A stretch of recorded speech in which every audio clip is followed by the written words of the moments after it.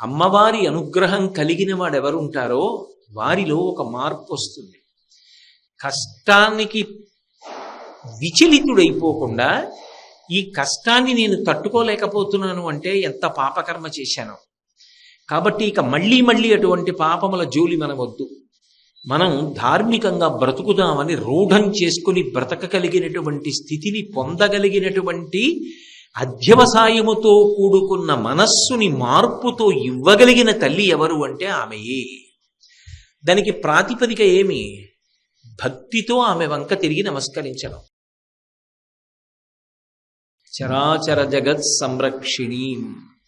ఈ సృష్టిలో అనేకమైనటువంటి ప్రాణులు ఉంటాయి. అందులో స్థావరములు జంగమములు అని రెండు విధాలైనటువంటి రూపాలలో ప్రాణులు ప్రధానంగా నివసిస్తూ ఉంటాయి. స్థావరములు అంటే కదలడానికి అవకాశం లేకుండా ఉన్నటువంటి ప్రాణులు. ఉదాహరణకి చెట్లు, పర్వతములు, వాటిల్లో జీవుడు లేడు అని చెప్పడానికి వీల్లేదు. అందులో చెట్టు అయితే మనకి ప్రతిరోజు పెరుగుతూ కనపడుతూ ఉంటుంది. అందులో చైతన్యం ఉన్నది, రోజు ఎదుగుదల పొందుతోంది, కాయలు కాస్తోంది, పళ్ళిస్తోంది, చిట్ట చివరి శరీరం విడిచిపెడుతోంది. కానీ కదలలేదు, ఒక చోటు నుంచి ఒక చోటుకి వెళ్ళదు. కానీ జంగమములు అలా కాదు, ఒక చోటు నుంచి ఒక చోటుకి వెడతాయి. కాళ్ళని ఆధారం చేసుకుని నడవడమో లేదా పాకుతూ వెళ్ళడమో చేస్తూ ఉంటాయి. ఈ రెండు రకాలైనటువంటి ప్రాణులతో కూడుకున్నటువంటి సమస్త సృష్టిని పరిపాలన చేసేటటువంటి తల్లి ఎవరో ఆమెయే భ్రమరాంబ. ఆమెకు నేను నమస్కరించుచున్నాను.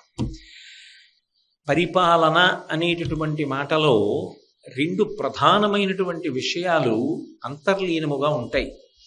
సృష్టి లయ కర్మఫల ప్రదాత అన్న మాటలోకి ఇమిడిపోతాయి. కర్మఫల ప్రదాత అంటే పునర్జన్మ సిద్ధాంతము ఆధారముగా చెప్పబడినటువంటి విశేషం. సనాతన ధర్మానికి ప్రాణప్రదమైనటువంటి సిద్ధాంతం ఏది అంటే పునర్జన్మ. చేసినటువంటి కర్మలు ఏ ఉంటాయో, చేసిన పాపపుణ్యములు ఏ ఉంటాయో వాటిని అనుభవించడం కోసమే మళ్ళీ శరీరాన్ని స్వీకరించవలసి ఉంటుంది. కాలోహి బలవాన్ కర్త సతతం సుఖదుఃఖయో నరాణాం పరతంత్రాణం పుణ్య పాపానుయోగత అంటాడు వ్యాస భగవానుడు దేవీ భాగవతంలో. నరాణాం పరతంత్రాణం, సమస్తము తెలిసిన్నటువంటి వాడు పరమాత్మ.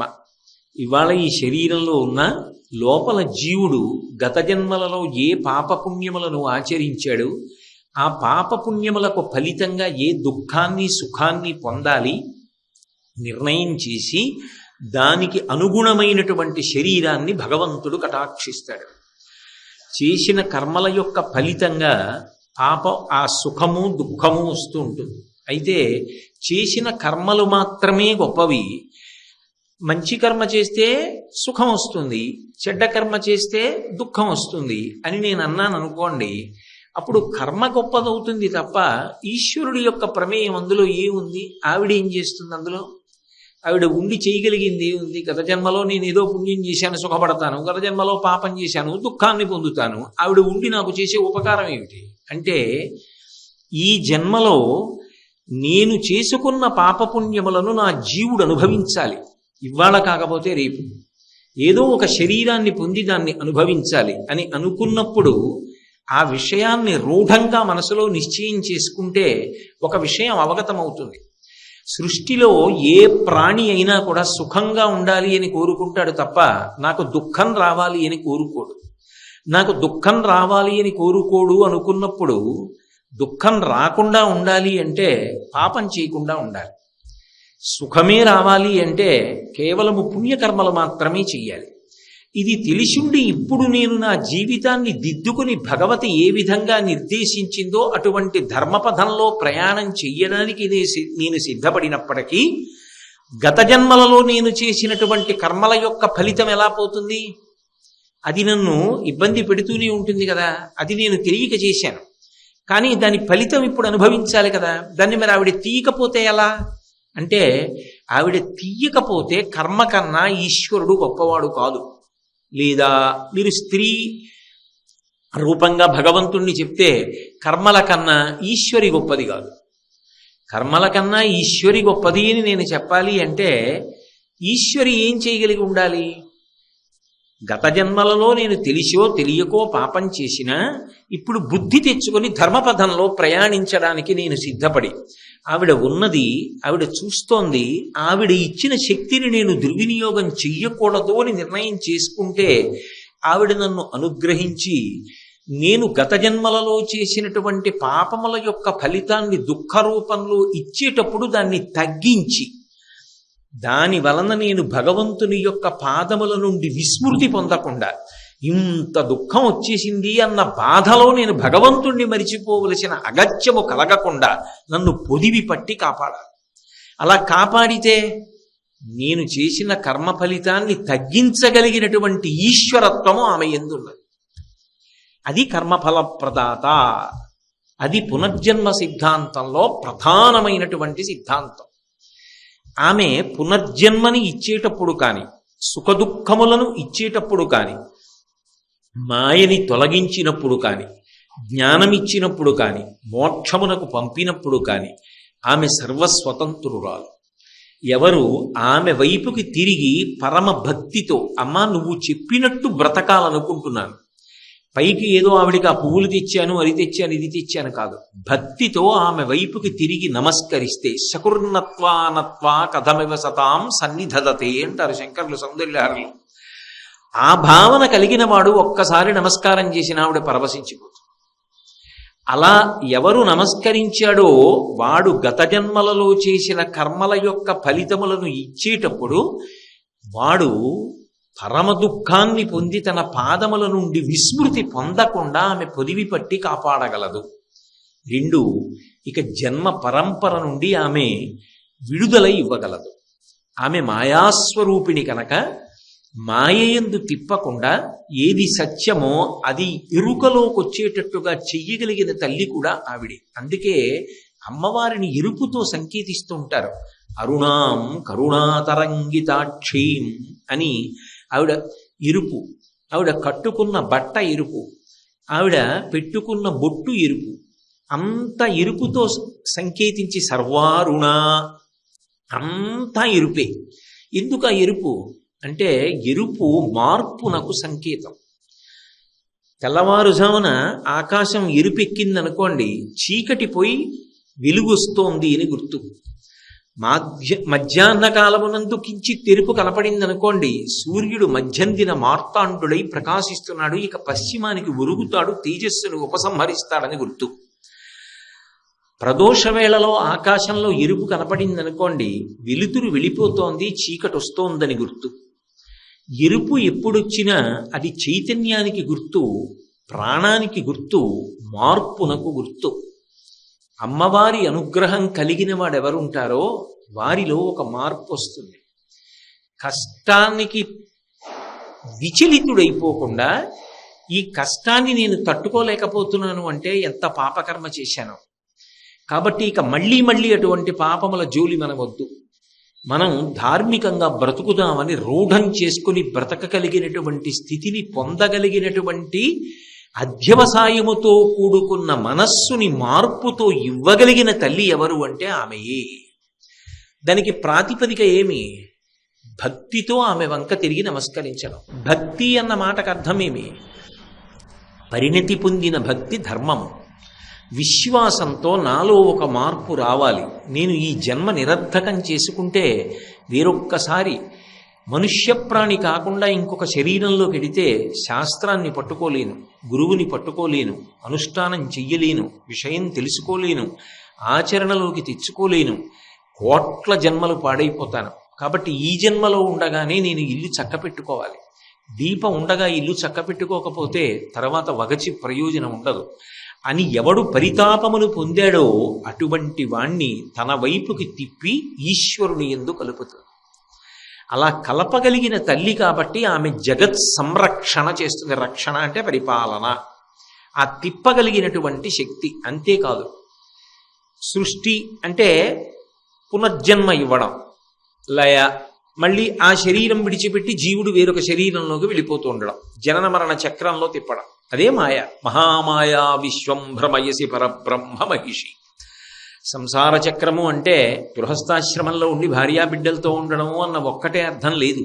సంసార చక్రము అంటే జనన మరణ చక్రమునందు తగులుకుని ఉండుట, అలా తిరుగుతూ ఉండడం. అందుకే శంకరాచార్యులు వారు శివానందలహరి చేస్తూ గళంతీ శంభోత్పచ్చరిత సరితకిల్బిషరజో దళంతీ ధీకుల్యాసరణిషు పతంతీ విజయతాం దిశంతీ సంసార భ్రమణ పరితాపోపశమనం వసంతీ మచ్చేతో హృదభవి శివానందలహరి అంటారు. సంసార భ్రమణ పరితాపోపశమనం అన్నారు. సంసార పరిభ్రమణము అంటే జనన మరణ చక్రమునందు జీవుడు ఒక శరీరాన్ని పుచ్చుకోవడం, కొన్నాళ్ళకు వదిలేయడం, మళ్ళీ ఇంకో శరీరంలోకి వెళ్ళడం, మళ్ళీ పుచ్చుకోవడం, అలా తిరుగుతూనే ఉండడం. ఇలా తిరుగుతూ ఉండేటటువంటి దాని నుంచి విడుదల ఏనాడు పొందాడో ఆనాడు పరమశాంతిని పొందాడు. మోక్షము అంటే విడుదల. దాని వైపుకు తీసుకెడుతుంది. అందుకే సృష్టికర్త్రి బ్రహ్మరూప గోప్త్రీ గోవిందరూపిణి సంహారిణి రుద్రరూపాతిరోధానకరీశ్వరి. ఆ తల్లి సృష్టి నుంచి మోక్షం వరకు చేస్తుంది. ఆమె ఇవ్వాలి అని అనుకున్నప్పుడు అడగడం మనకి చేత కాదు, ఆమె ఏదైనా ఇవ్వగలదు. అందుకే ఆమెకి కామకోటి అని పేరు. కామకోటి అన్న మాటకు అర్థం ఏమిటంటే కోర్కెలకు చిట్ట చివరి హద్దు. మహా అడిగితే ఏమడగగలవు? సుఖములకన్నిటికీ కూడా అంతిమమైనటువంటి సుఖం మోక్ష సుఖం, అథవా అంతకన్నా కిందకి వైరాగ్య సుఖం. ఈ సుఖములు నువ్వు అడిగితే ఏ కోరిక కోరినా ఆ కోరికలకి హద్దు ఆవిడ్ని దాటి ఇంకా ఉండడానికి వీల్లేదు. అందుకే ఆమె కామకోటి. అటువంటి తల్లి కాబట్టి ఆమె సృష్టి లయ రెండు. స్థితి అంటే ఒక శరీరంతో వచ్చాం భూమి మీదకి, అది స్థావరము కావచ్చు జంగమము కావచ్చు. చరాచర జగత్ సంరక్షిణి. అది ఓ చెట్టు కావచ్చు, ఓ కొండ కావచ్చు, ఓ కొండ చిలవ కావచ్చు, ఓ చీమ కావచ్చు, మనిషి కావచ్చు.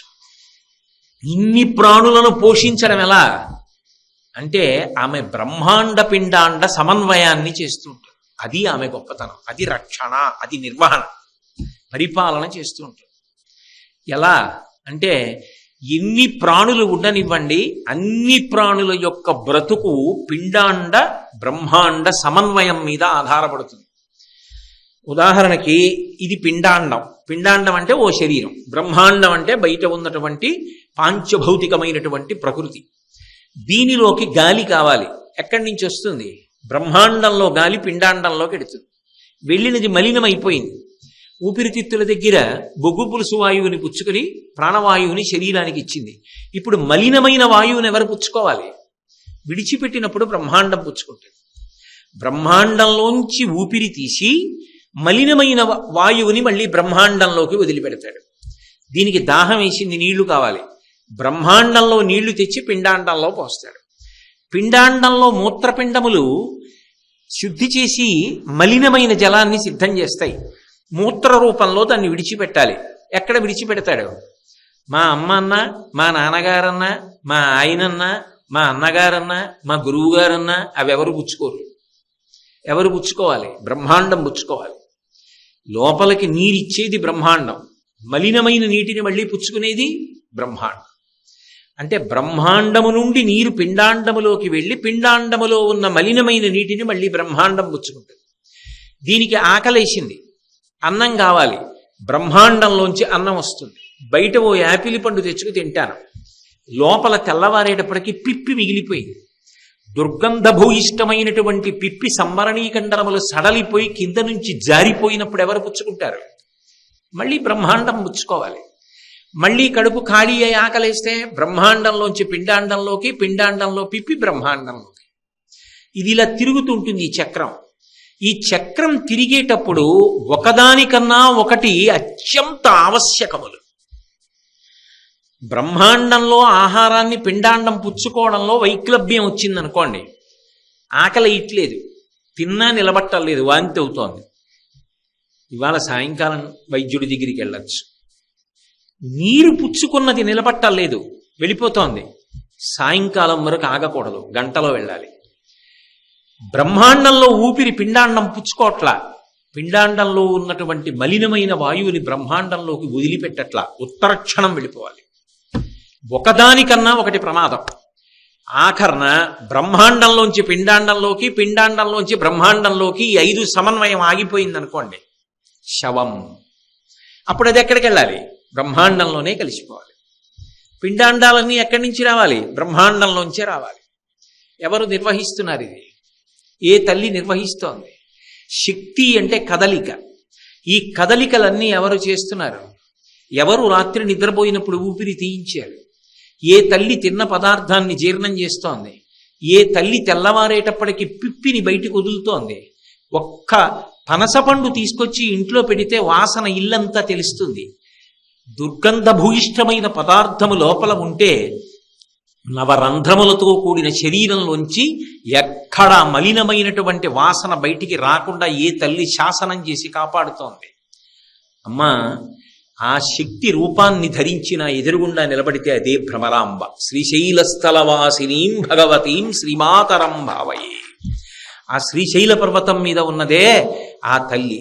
ఆమె చరాచర జగత్ సంరక్షిణి.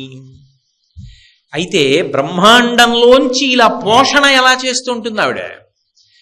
అన్నీ ఒక పదార్థాన్ని తినవు. అన్నము అంటే తింటాం, కానీ అన్నిటికీ అన్నం ఒకటి కాదు. ఏనుక్కి శాకాహారం అన్నం, సింహానికి మాంసాహారం అన్నం, తేనెటీగకి తేనె అన్నం, మట్టి పురుగుకి మట్టి అన్నం, రాతిలో ఉన్న కప్పకి నీరిస్తుంది. ఎలా ఇస్తుంది? ఇన్ని ప్రాణులకు ఆహారాన్ని ఎలా పెడుతుంది ఆవిడ అంటే, సూర్యచంద్రులిద్దరినీ స్థనములుగా చేసుకుని ఆమె లోకాలన్నిటినీ పోషిస్తూ ఉంటుంది. పోషణ భారమంతా సూర్యచంద్రుల ద్వారా నడుస్తూ ఉంటుంది. అందుకే మహాభారతం వనపర్వంలో ఎంతో మందికి అన్నం పెట్టవలసి వచ్చినప్పుడు, అంతమంది బ్రాహ్మణుల్ని ఆదరించవలసి వస్తే ధర్మరాజు గారి సూర్యోపాసన చేసి అక్షయ పాత్రని పొంది దాని ద్వారా అంతమందికి అన్నం పెట్టాడు. అన్నదాత ఆదిత్యుడు. కాబట్టి ఆదిత్యుణ్ణి ఒక స్థనంగా మార్చుకుంది, చంద్రుణ్ణి ఒక స్థనంగా మార్చుకుంది. నాకు ఇది చెప్తున్నప్పుడు ఎప్పుడూ ఒక విషయం జ్ఞాపకానికి వస్తుంది. పేరాల భరతశర్మ గారు శారదానంద లహరి చేస్తూ, ఒక్కడు ఏన్గుమోమునను మరొక్కడు ఆరుమొగాలతోడ నీ అక్కున పాలుత్రావా జగమంతయు బిడ్డలు కన్న తల్లి నీడెక్కడ నుండి చేపెదకో ఇనబింబము చంద్రబింబము తక్కక నీవు రంబునను తాల్పకయున్న అహర్నిశల్ సతి అంటారు. ఆ తల్లి ఎంత గొప్పగా అనుగ్రహిస్తుంది అంటే, ఆమె సూర్యచంద్రులిద్దరినీ కూడా తన స్థనమండలంగా ఉంచుకుంది. ఎందుకని అంటే, ఒక్కడు ఏనుగుమోమునను. ఆమె కుమారుల్లో వినాయకుడు సుబ్రహ్మణ్యుడే ఉంటారండి అంటే, మరి నాకు ఆవిడమ్మే, మీకు ఆవిడే అమ్మ. ఆ బ్రహ్మకీట జనని, చీమకి ఆవిడే తల్లి. ఒకడేమో ఏనుగు తలకాయతో తాగుతున్నాడు పాలు, ఎప్పటికడుపు నిండుతుంది. రెండో వాడేమో 6 ముఖాలతో తాగుతున్నాడు సుబ్రహ్మణ్యుడు, ఎప్పటికడుపు నిండుతుంది. అమ్మా, మరి వాళ్ళిద్దరికే పాలిచ్చి పోషిస్తే మమ్మల్ని అందరినీ ఎలా పోషిస్తావు అంటామేమోనని సూర్యచంద్రులిద్దరినీ కూడా తన స్థనములుగా మార్చుకుని ఆ తల్లి జగత్తునంతటినీ కాపాడి అన్నం పెడుతోంది అన్నపూర్ణయ్యి. అటువంటి తల్లి కనుక ఆమె చరాచర జగత్ సంరక్షిణి. ఇన్ని ప్రాణులను కాపాడడం, ఇన్ని ప్రాణులకు అన్నం పెట్టడం అంటే ఆ అమ్మకి చెల్లింది. ఇందరి కర్మఫలాలను చూస్తూ, ఇంతమందిని అనుగ్రహిస్తూ, శరణాగతి చేసిన వాళ్ళని మరింత తొందరగా అనుగ్రహిస్తూ, సాధన చేసినటువంటి వాణ్ణి ఒక్కొక్క మెట్టు పైకెక్కిస్తూ పునర్జన్మ చక్రం నుంచి తప్పించగలిగినటువంటి ఆ తల్లి ఉన్నదే, ఆమె చరాచర జగత్ సంరక్షిణి. తత్పదాం. తత్ అన్న శబ్దము ఎవరి పట్ల అన్వయమవుతుందో, ఆ అన్వయమవుతున్నది ఒక రూపాన్ని పొందితే ఆమెయే భ్రమరాంబ. సాధారణంగా పరబ్రహ్మాన్ని చెప్పవలసి వచ్చినప్పుడు తత్ శబ్దం చేత చెప్తారు. అందుకే తత్వమసి మహావాక్యం. తత్వమసి అంటే తత్, అది అంటే పరబ్రహ్మం. త్వం నేను లేదా నువ్వు, ఇలా అంటే నువ్వు, ఇలా అంటే నేను, రెండు మాత్రం వేరు కాదు, ఒకటే. మీరు నేనన్నప్పుడు ఇలా చూపించాలి, నేనన్నప్పుడు ఇలా చూపించాలి, కానీ నువ్వు అన్నప్పుడే ఇలా చూపించాలి. ఆ మధ్యలోనే సముద్రాలన్నీ వస్తాయి. మీరు నేనన్నప్పుడు ఎక్కడ చూపించారో నేను నేనన్నప్పుడు అక్కడే చూపించినప్పుడు నిజానికి ఇక్కడున్నది అక్కడ ఉన్నది ఒక్కటే అనుకుంటే అసలు మాయంతా పోయి. కానీ ఇక్కడ నేను అక్కడ నువ్వు, ఈ నేను బాగుండాలి, ఆ నువ్వే ఏమైపోయినా పర్లేదు, అండంలోనే సంసార చక్రం అంతా వచ్చింది. కాబట్టి అది ఆ తల్లి యొక్క వైభవం. ఆ తత్ ఆవిడుందే, ఆ పరబ్రహ్మం ఉన్నదే. పరబ్రహ్మం అంటే ఎవరు? పరబ్రహ్మం అంటే బాగా జ్ఞాపకం పెట్టుకోవలసినటువంటి లక్షణం ఆద్యంతములు లేనిది. ఒకనాడు ఉన్నది ఒకనాడు లేనిది అన్న మాట అన్వయము కానిది, ఎప్పుడూ ఉంటుంది, సనాతన. అందుకే మన ధర్మానికి సనాతన ధర్మం అని పేరు. ఇది ఒకనాడు ఉన్నది ఒకనాడు లేనిది కాదు, ఎప్పుడూ ఉన్నది. భగవంతుడు ఎలా సనాతనుడో ఈ ధర్మము కూడా అంతే, సనాతన ధర్మము. ఇటువంటి సనాతనమైనటువంటి ధర్మమును ప్రతిపాదించినటువంటి తల్లి కూడా ఆమెయే. కాబట్టి అందుకే శృతి సీమంత సింధూరీకృతపాదాబ్జధూళిక, ఆమె చేతనే ప్రతిపాదింపబడినటువంటి వేదము రూపాన్ని పొంది వేదమాతగా ఆమె పాదములకే నమస్కరించినప్పుడు ఆమె యొక్క సీమంత భాగమునందు ఉన్నటువంటి సింధూరము ఆమె పాదముల మీద అలంకృతమవుతుంది. అటువంటి పాదములకు నమస్కరించుతున్నాను అని లలితా సహస్రనామ స్తోత్రంలో ఒక నామం. ఆ తల్లి తత్పదాం, ఏ తల్లి ఒకనాడు ఉండి ఒకనాడు లేదన్న మాట అనడానికి వీలు లేదు, ఏ తల్లి సర్వకాల సర్వావస్థలయందు ఉన్నదో, ఏ తల్లి సృష్టి స్థితి లయ తిరోధానము అనుగ్రహము అనబడేటటువంటి 5 కార్యములను చేయుచున్నదో, ఆమె ఒక రూపాన్ని పొందితే ఆ తత్త పేరు రూపాన్ని తీసుకుంటే అదే భ్రమరాంబ. ఇవన్నీ గుణములుగా చెప్పగలం తప్ప అలా ఉన్నవారిని చూడాలి, ఒక్కసారి ఆ పరబ్రహ్మాన్ని చూడాలి అనుకుంటే భ్రమరాంబ వంక చూడు, ఆమెయే ఆ తత్శబ్దమునకు నిలువెత్తు ఆకారము. అందుకే తత్పదాం, ఎవ్వడు సృజించు ప్రాణుల ఎవ్వడు రక్షించు త్రుంచు ఎవ్వడనంతుండెవ్వడు విభుడెవ్వడు వాడివిధమున మనుచు వినుచు హేలారతుడై.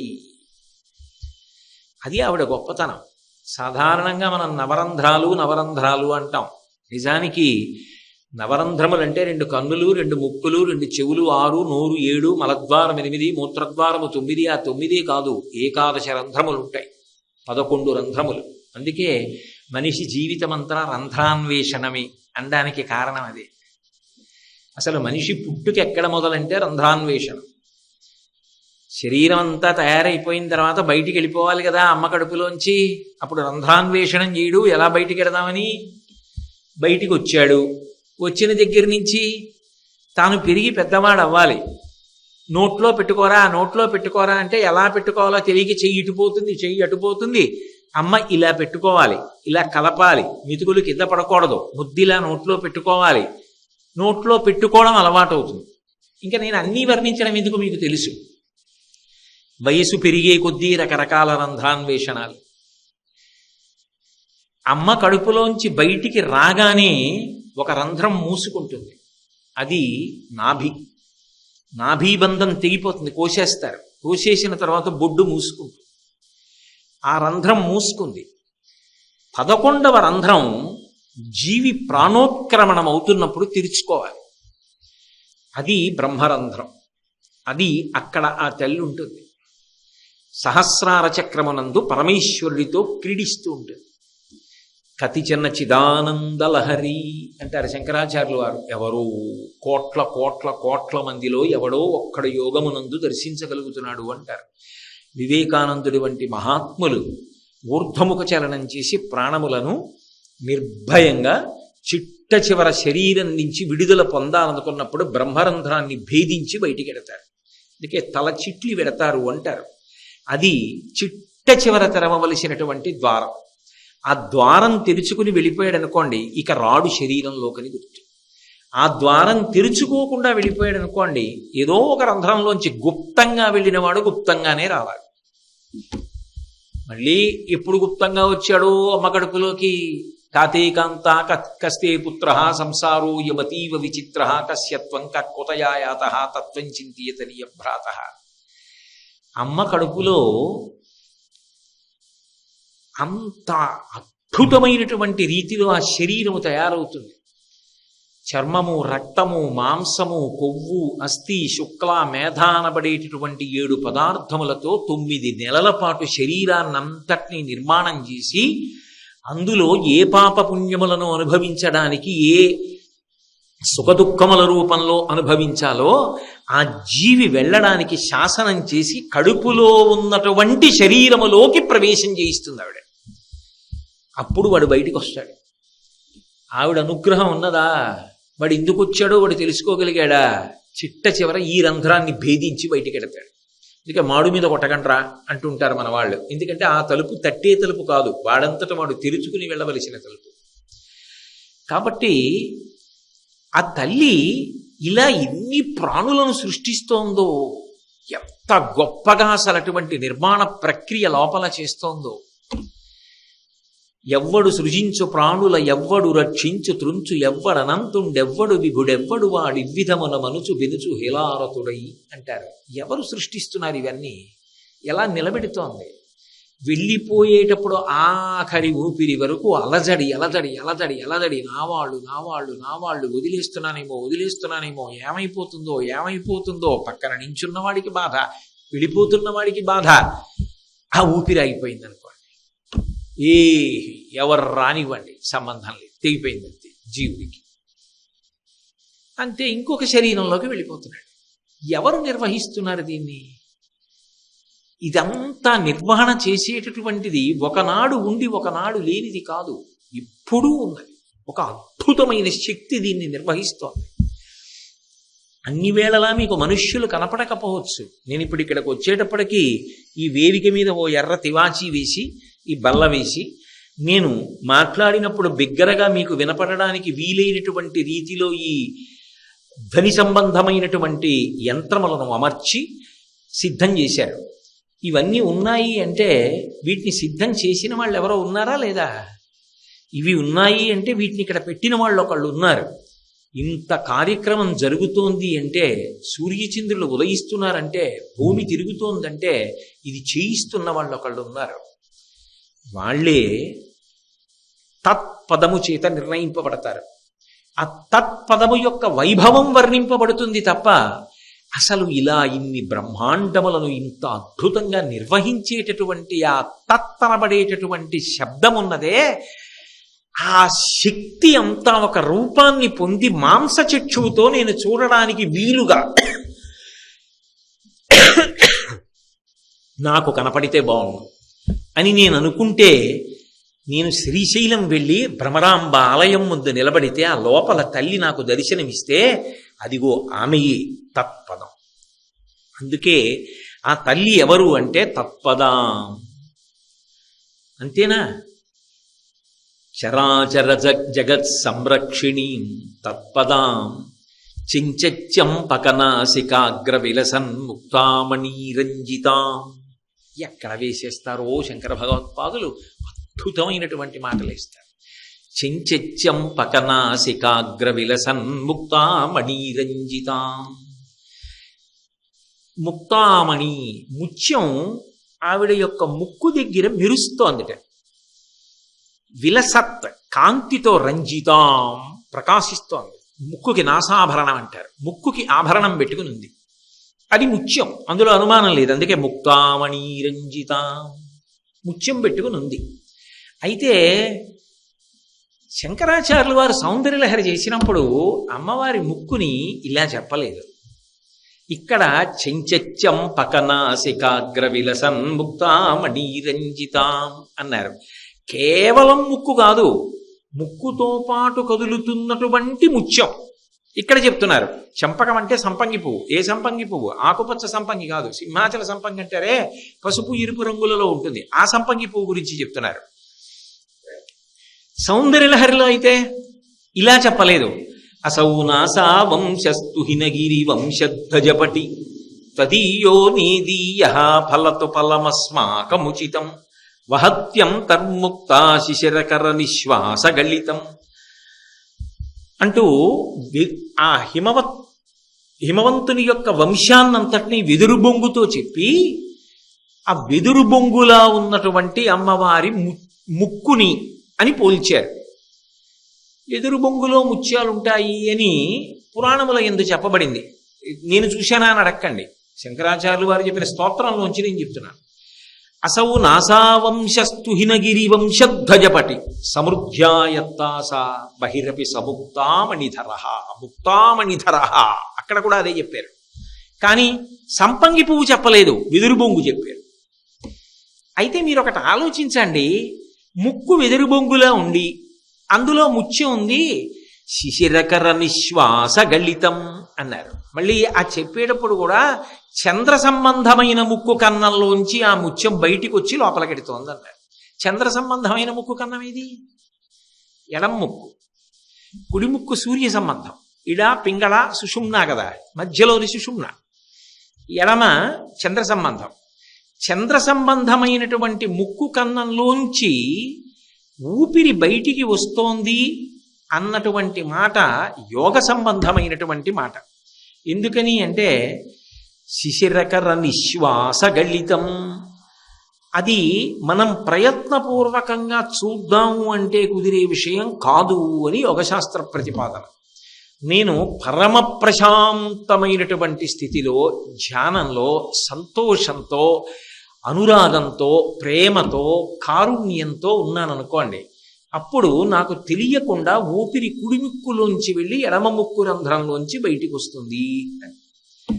శిశిరకర నిశ్వాస గళితం, ఎడమ ముక్కు కన్నంలోంచి బయటికి వస్తోందట అమ్మవారికి. అది చంద్ర సంబంధం కదా, చల్లగా ఉంటుంది కదా, అందులో ఉంది ముత్యం. లోపలికి పెట్టుకుంది ఆవిడ. ఆ ఊపిరి వదిలినప్పుడు ఆ ముత్యం ఏం చేస్తోందంటే బయటికి వచ్చి మళ్ళీ ఊపిరి తీసినప్పుడు లోపలికి వెళ్ళిపోతుంది. అది కనపడక కదులుతున్నటువంటి ముత్యం.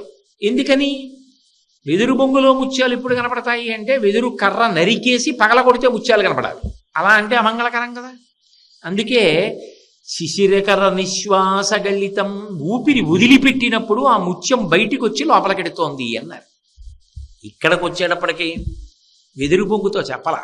ఎందుకనంటే మీరు కొంచెం జాగ్రత్తగా ఆలోచించండి. వెదురు బొంగు మీద ముత్యం పెడితే పెద్ద కాంతి ఏం ఉండదు, అంత అందంగా ఏం కనపడుతుంది. వెదురు బొంగు తీసుకొస్తే దాని మీద ముత్యం పెడితే ఏం అందంగా కనపడుతుందండి? ఏమందం ఉంటుంది అందులో? పోలికకి యోగశాస్త్రానికి వాటికి అబ్బో అద్భుతం, చాలా గొప్ప విషయం, నేనేం కాదంటే మహానుభావుడు శంకర భగవత్పాదులకి పేరు పెట్టగలిగినంత మొనగాడినా నేను కాదు. కానీ వర్ణనకి చెప్తున్నాను. కానీ లలితా సహస్రనామ స్తోత్రంలో వ్యాస భగవానుడే ఉన్నాడు, తారాకాంతి తిరస్కారినాసాభరణ భాసురా అన్నాడు. అదేమి మామూలుగా ఉండదయా, నక్షత్రముల యొక్క కాంతిని తిరస్కరిస్తుంది. అంటే నక్షత్రముల యొక్క కాంతులు వెలవెలబోతాయి. దేనికి అంటే ఆవిడ ముక్కుకి పెట్టుకున్నటువంటి ముత్యపు కాంతుల ముందు ఆ కాంతులు వెలవెలబోవాలి. అంటే వెదురు బొంగు మీద ముత్యం పెడితే ఇంత కాంతిగా కనపడుతుందని చెప్పడం కుదురుతుందా? లోపల నుంచి బయటికి వచ్చి వెళ్ళిపోతున్నప్పుడు యోగ సంబంధానికి బాగుందేమో కానీ ఈ మాటకి ఈ మాట ఎలా కుదురుతుంది? పైగా భ్రమరాంబ విషయంలో దీనికి అన్వయం అంత బాగా ఎలా కుదురుతుంది అనుకున్నారు శంకరులు బహుశా.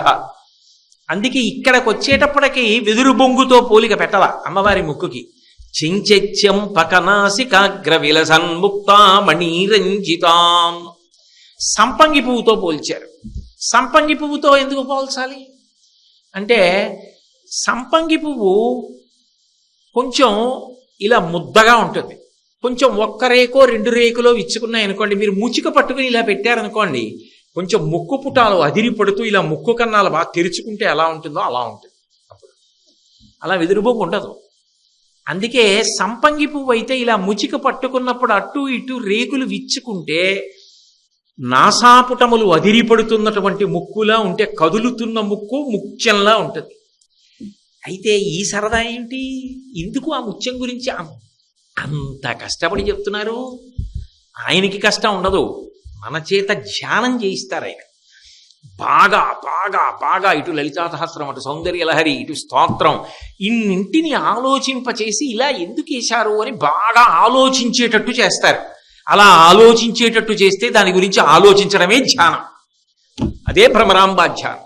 దానివల్లనే అమ్మవారు అనుగ్రహం. అది శంకర భగవత్పాదుల యొక్క కవితా ప్రజ్ఞ. ముక్కుకి పెట్టుకునేటటువంటి ఆభరణం విషయంలో అమ్మవారికి ఒక ప్రత్యేకత ఉంది. ప్రత్యేకించి మీనాక్షి అమ్మవారు, కన్యాకుమారి అమ్మవారు వీళ్ళిద్దరూ కూడా నాసాభరణానికి ప్రఖ్యాతి. వీళ్ళిద్దరూ కూడా నాసాభరణం పెట్టుకుంటారు. పైగా పరమమంగళప్రదమైన ఆభరణంగా దేన్ని చెప్తారు అంటే అమ్మవారికి పెట్టేటటువంటి ముక్కుకి ఆ బులాకి అంటామే, ఆ ముత్యంతో చేసినటువంటి ఆభరణం అమ్మవారికి ముక్కుకి పెట్టుకున్నది పరమ పవిత్రం, పరమ మంగళప్రదంగా చెప్తారు. అందుకే ఒకానొకప్పుడు అటువంటి ఆభరణం పరమ ప్రఖ్యాతిని పొంది ఉండేది. ఇప్పుడు సంపంగి పువ్వుతో ఎందుకు పోల్చి చెప్తున్నారు శంకరులు? మీకు చెప్పా ఇందాక. ఒకటి, నాసాభరణమునందు ప్రఖ్యాతి వహించినటువంటి మూర్తులు ఉన్నాయి అమ్మవారివి, మీనాక్షి, కన్యాకుమారి ఇటువంటివి.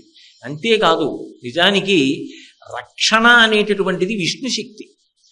ఆ విష్ణుశక్తికి వైష్ణవీ శక్తికి అభేదం.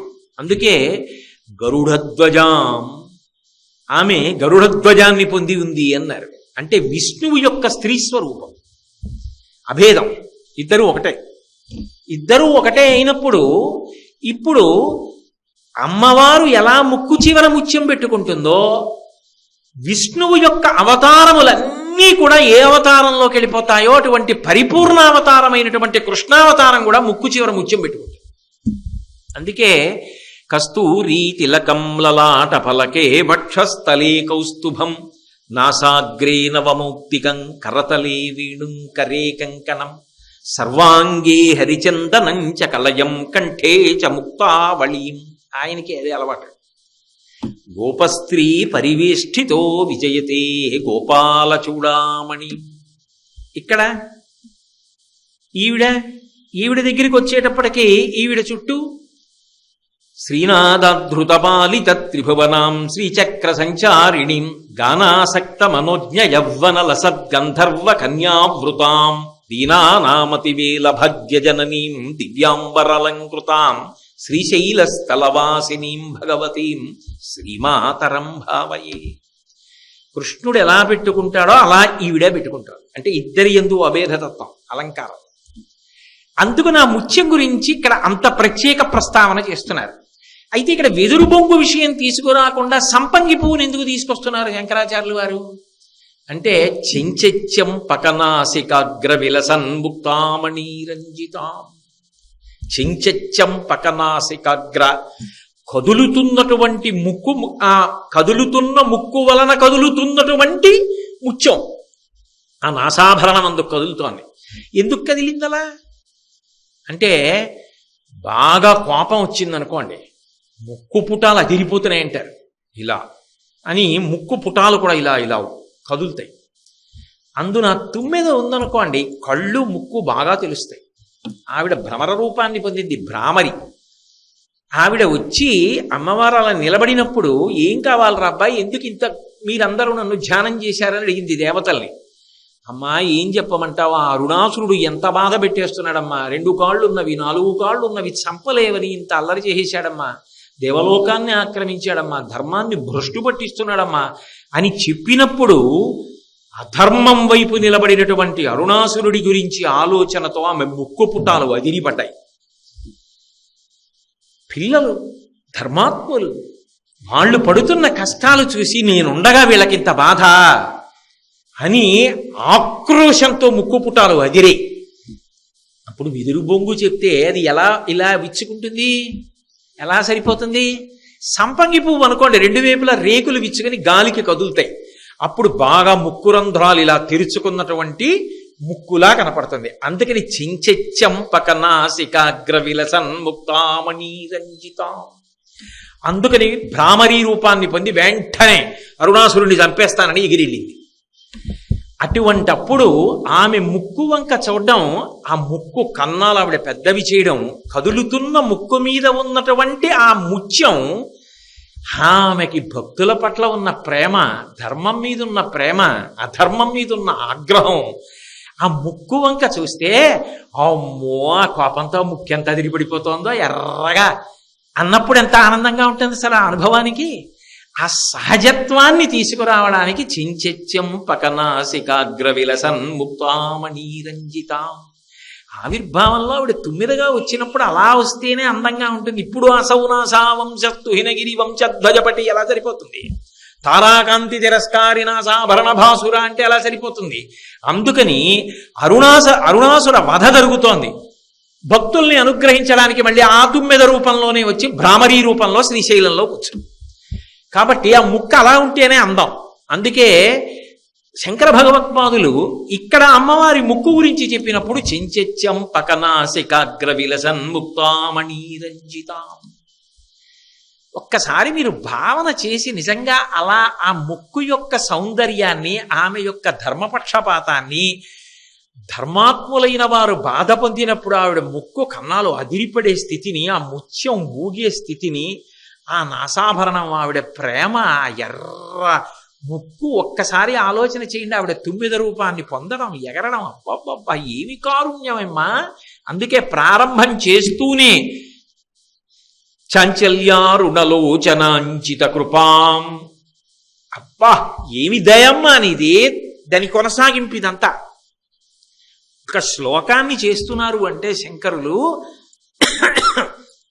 మనసులో ఆ రూపాన్ని ఎంత ధ్యానం చేసి, ఎంత భావన చేస్తూ ఉంటే ఆనంద పారవస్యం లోపల పట్టక ధార అయి పొంగి పొరలి ప్రవహిస్తే అది అష్టకమైంది. అంతే తప్ప ఏదో కేవలంగా నిద్రమానేసి వ్రాసిన అష్టకాలు కావివి, అవి పరమాద్భుతం. అందుకే అటువంటి తల్లి అంతే అర్థమైతే అది భూతకాలానికి సంబంధించింది. ఆ దృష్టితో చూసినప్పుడు, అక్కడ ఎదురుగుండా చూసినప్పుడు మాత్రమే ఆనందమును ఇవ్వడానికి పరిమితమైన సన్నివేశం. శ్రీశైలంలో అమ్మవారి ఇలా ఉంటుంది, ఎదురుగుండా నిలబడినప్పుడు ఈ అష్టకంలో ఈ పాదాన్నోసారి చదువుకుని సంతోషించడానికి బాగుంటుంది. కథ జ్ఞాపకానికి తెచ్చుకున్నప్పుడు ఆమె యొక్క ప్రేమని గుర్తు తెచ్చుకోవడానికి, ధర్మపక్షపాతాన్ని గుర్తు తెచ్చుకోవడానికి బాగుంటుంది. అంతేనా శంకరాచార్యుల వారి ఉద్దేశ్యం? శంకర భగవత్పాదులంతటి మహాకవి, దార్శనికులు, మహానుభావుడు, అన్నిటిని మించి దేశికులు, దిశానిర్దేశం చెయ్యగలిగినటువంటి వారు భగవత్పాదులు. ఎవరి పాదములు పట్టుకుంటే భగవతి పాదములు అందుతాయో అటువంటి గురుస్వరూపం ఆచార్యులు. అటువంటి శంకరులు కేవలం అంతవరకు మాత్రమే ప్రతిపాదన చేస్తారా? కాదు. తుమ్మెద ఏ మొక్కకి పూసినటువంటి పువ్వు మీదైనా వాలుతుంది, గడ్డి పువ్వు మీద కూడా వాలి తేనెని తీసుకుంటుంది. కానీ ఒక్క సంపంగి పువ్వు మీద మాత్రం వాలదు. అంటే తుమ్మెద పని చెయ్యనిది ఎక్కడా అంటే ఒక్క సంపంగి పువ్వు దగ్గర. దానికి అక్కడేం పని లేదు. తుమ్మెదకి పేరేమిటి? షట్పదం. ఇప్పుడు ఎవరు తుమ్మెద? అమ్మవారు తుమ్మెద, భ్రామరి.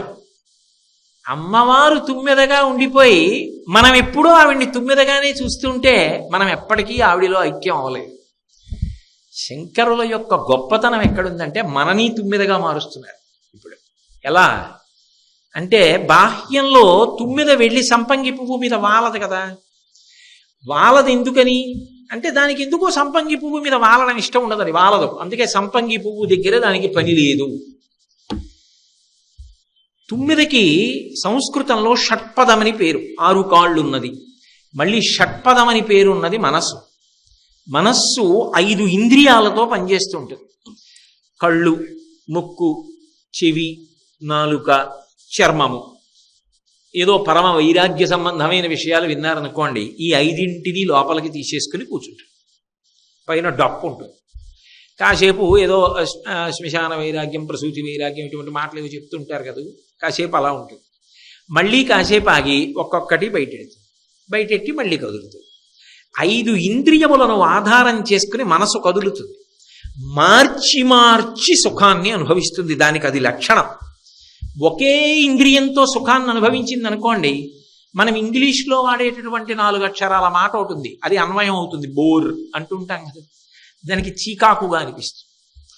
కంటితో అదే పనిగా అలా చూస్తోంది అనుకోండి, ఎంతసేపు చూస్తుంది? చేతిలో ఎన్ని మాటలు నొక్కితే కొన్ని 100 సార్లు మారి ఎన్నెన్నో చూపించగలిగినటువంటి పరికరాలు ఎదురుగుండా ఉన్నా ఎంతసేపు చూసి సంతోషిస్తుంది?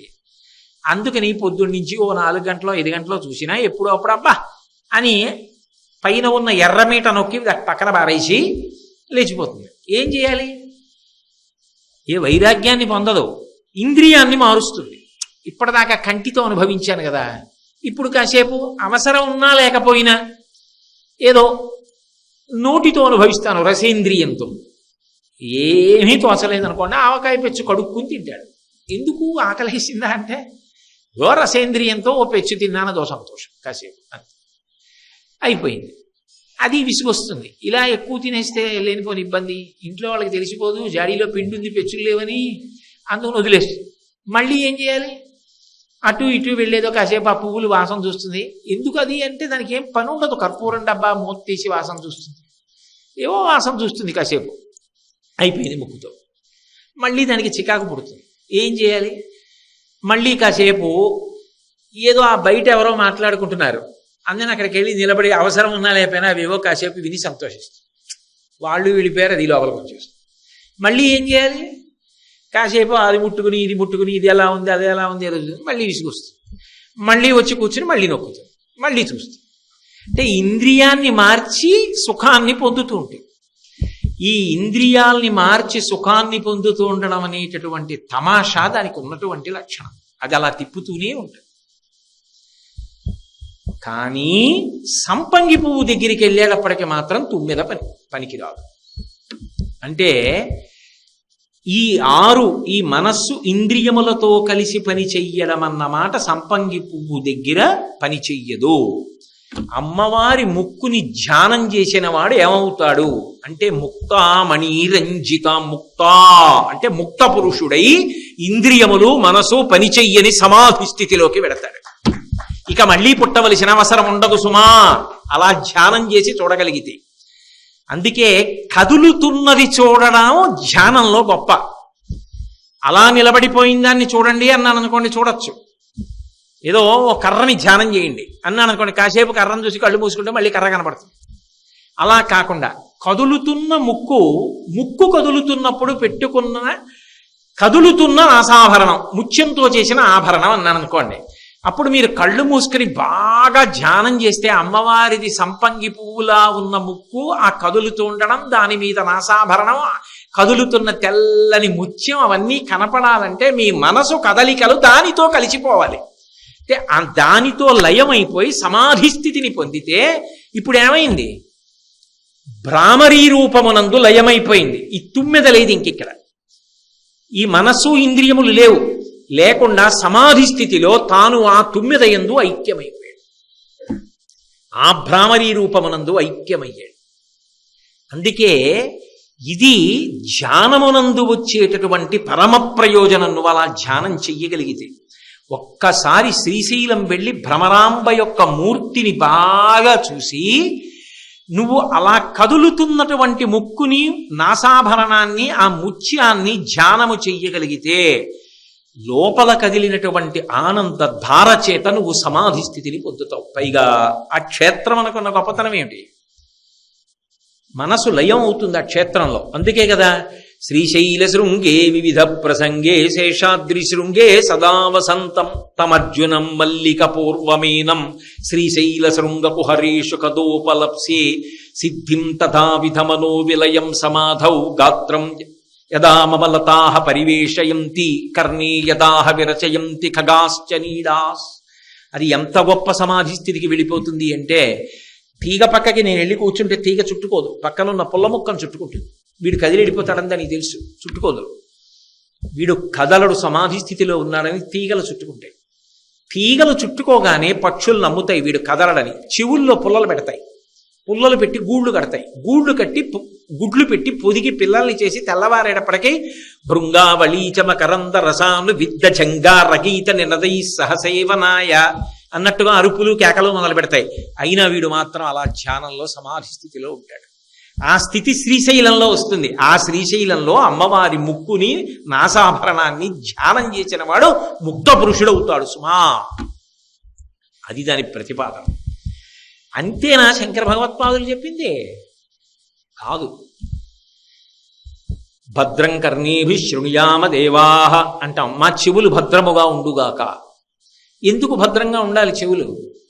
వేదో నిత్యమధీయతాం తదుదితం కర్మస్వనుష్ఠీయతాం అని శంకర భగవత్పాదులే అవతార పరిసమాప్తి సమయంలో చెప్పిన విషయం.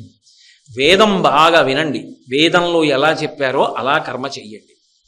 వేదం ఎవరు చెప్పారు? భగవంతుడు చెప్పాడు, భగవతి చెప్పింది. భగవతి వేదం చెప్పాలంటే ఏం చెయ్యాలి? నేను ఇప్పుడు మాట్లాడాలనుకోండి, ఊపిరి పీలుస్తూ మాట్లాడలేను, ఊపిరి పీల్చి విడిచిపెడుతూ మాట్లాడాలి. ఆవిడ కూడా ఏం చేయాలి? ఊపిరి పీల్చి విడిచిపెడుతూ వేదం చెప్పింది ఆవిడ. ఆ వేదము ప్రమాణమైంది. ఇప్పుడు ఆవిడ ఊపిరి దేంతో పీలుస్తుంది? ముక్కుతో పీలుస్తుంది. ముక్కుతో పీల్చి నోటితో మాట్లాడుతుంది. ముక్కుతో పీల్చి నోటితో మాట్లాడినది వేదమైంది. అంటే వేదము దేని వలన వచ్చింది? ఆమె ముక్కు ద్వారా పీల్చిన ఊపిరి వలన వచ్చింది. ఆమె ముక్కుతో పీల్చిన ఊపిరి వేదమైతే వేదమును నువ్వు పట్టుకుని అనుష్ఠిస్తే విడుదల మోక్షాన్ని పొందుతున్నావు. ముక్తామణి రంజితాం. వేదమునకు ఆధారం ఆమె ముక్కు. అది ఊపిరి తీసి వేదం వచ్చేటట్టు చేసింది. కాబట్టి అటువంటి నాసాభరణాన్ని, ఆ నాసికని దర్శనం చేయడం ఎంత గొప్ప విషయం. ఆ రాక్షస సంహారానికి రావడంలో ఆమెకి ఎంత ధర్మపక్షపాతం ఉందన్న విషయం అక్కడ అవగతమవుతోంది. ఇన్ని విషయములను ఏకకాలమునందు ప్రతిపాదించి ధ్యానమును అలవాటు చేయడానికి ఒక్క 2 పాదాలు దాటేటప్పటికే అమ్మవారి వైభవం బాగా అనుకోండి. ఆర్ద్రమైందంటారు. మనసు మెత్తపడుతుంది. మెత్తపడి తడిసి ముద్దవుతుంది. ముద్దయిన తరువాత ఇప్పుడు ఏమవ్వాలి? ఏం చెప్తే ఆ ముద్ర దాని మీద పడుతుంది. రాయి మీద పట్టుకెళ్ళి ఓ చిన్న ముద్ర వేశాను అనుకోండి, ముద్ర పడదు. ఏదో నా ఉంగరం మీద లక్ష్మీదేవి ముద్ర ఉందనుకోండి, ఓ రాయి మీద పట్టుకెళ్ళి ఇలా అన్నాను అనుకోండి, ముద్ర పడదు. మెత్తగా ఉన్నటువంటి పదార్థం మీద పట్టుకెళ్ళి నేను ఇలా నొక్కాను అనుకోండి, ఈ ముద్ర దాని మీద పడుతుంది.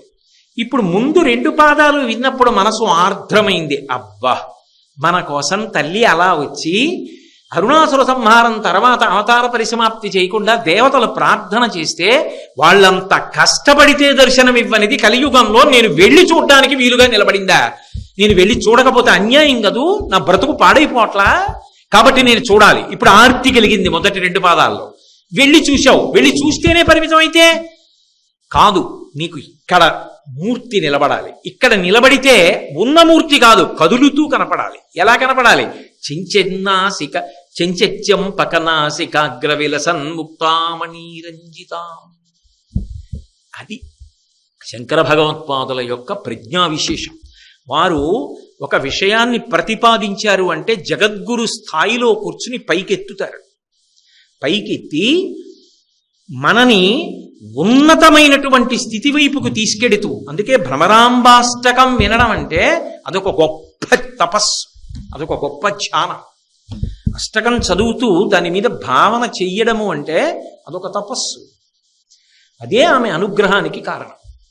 కాబట్టి ఈ ప్రాంగణంలో దేవీ నవరాత్రులు జరగాలి, ఆవిడ రావాలి, ఆవిడ వచ్చి కూర్చోవాలి, ఇన్ని సేవలు తీసుకోవాలంటే నోటితో పలికిన దానికన్నా మౌనంగా అనుభవించిన దాని యొక్క ప్రకంపన ఎక్కువ, దాని శక్తి ఎక్కువ. ఇంతమంది మీరు కూర్చుని విని ఆనందాన్ని అనుభవించినప్పుడు వచ్చినటువంటి ఆనంద తరంగములతో ఈ ప్రాంగణం నిండిందనుకోండి, ఆవిడ వస్తుంది పాడ్యమి నుంచి. దానికి శంకరులు ఇచ్చినటువంటి కానుక మనకి. కాబట్టి చెంచెత్యం పకనాసికాగ్ర విలసన్ ముక్తామణీరంజితాం శ్రీశైలస్థలవాసినీం భగవతీం శ్రీమాతరం భావయే. నేను మనసులో భావన చేయుచున్నాను. అందుకే ఇవి మెట్లు. అందుకే మనకి సప్తశతి పారాయణ చేసేటప్పుడు కూడా కొన్ని మాటలు చెప్తారు. భజే దుర్గాం, దుర్గమ్మని భజించండి, భజన చేయండి. ఆ మాట నోటితో అనండి. పోనీ మనంతట మనంగా అనకపోయినా పేరున్న వాళ్ళు కనబడ్డారనుకోండి, ఓసారి ప్రయత్నపూర్వకంగా పిలకాలి. ఆ దుర్గమ్మ అనాలి ఓసారి. నువ్వు ఎవరినన్నావో కానీ నోటితో అన్నావా లేదా ఆ రోజు, చాలు. భజే దుర్గాం, యజే దుర్గాం, స్మరే దుర్గాం. దుర్గమ్మని స్మరించు, ఆరాధన చెయ్యి. అవి మెట్లు. అది తీసుకొస్తున్నారు శంకర భగవత్పాదులు. అటువంటి తల్లిని నేను భావయే, మనసులో భావన చేయుచున్నాను. వెళ్ళి మూర్తి ముందు నిలబడడం కాదు, నీ మనసులో ఆ పొంగు రావాలి. అసలు శ్రీశైలం వెడుతున్నాను అనేటప్పటికి అబ్బా, నా తల్లిని ఎప్పుడు చూస్తానో ఎప్పుడు చూస్తానో ఎప్పుడు చూస్తానో ఆర్తి కలగాలి. ఆర్తి కలిగి గబగబా వెళ్ళి ఆ కృష్ణానదిలో పాతాళగంగలో స్నానం చేసి, ఏదో పాతాళ గంగా జలమజ్జన నిర్మలాంగా భస్మ త్రిపుండ్ర సమలంకృత పాలభాగా గాయంతి దేవముని భక్త జనాభవంతం శ్రీమల్లికార్జున విభో తవ సుప్రభాతం. పరుగు పరుగున ముందు ఆ మల్లికార్జున లింగం చూడ్డానికి వెళ్ళి ఆ లింగం వంక చూడగానే ఆనందపడిపోయి అమలం కమలోద్భవ గీత గుణం చ మదం స మదాసురనాశ కరం రమణీయ రుచిం కమనీయ తనుం నమస్సాంబ శివం నతపాపహరం శివం శంకరం బంధురం సుందరేశం నటేశం గణేశం గిరీశం మహేశం దినేశేందునేత్రం సుగాత్రం మృడానీపతిం శ్రీగిరీశం హృదా భావయామి అని నమస్కారం చేసి అప్పుడు భ్రమరాంబా దర్శనం. ఆ తల్లి దగ్గరికి వెడుతూ భ్రమరాంబాష్టకం తలుచుకుని పరవశించి వెళ్ళి నిలబడితే లోపల ఉన్న పొంగు పట్టక ఆనందధారగా బాష్పధార పడుతూ చూస్తే అది జన్మ సాఫల్యం. దానికి ఆర్తి కల్పిస్తున్నారు శంకర భగవత్పాదులు. అటువంటి తల్లి సుమా అక్కడ ఉన్నది, వెళ్ళవద్దు నువ్వు అని. కాబట్టి కస్తూరీ తిలకంచితేందు విలసత్ప్రోద్భాసి పాలస్థలీం మరో అద్భుతమైన విషయాన్ని ప్రతిపాదన చేస్తున్నారు ఇప్పుడు. అసలు అమ్మవారి దగ్గర ఉన్నటువంటి గుణాలలో చిత్ర విచిత్రమైనటువంటి ఆమె యొక్క అంగాంగ వర్ణనయే గొప్పది.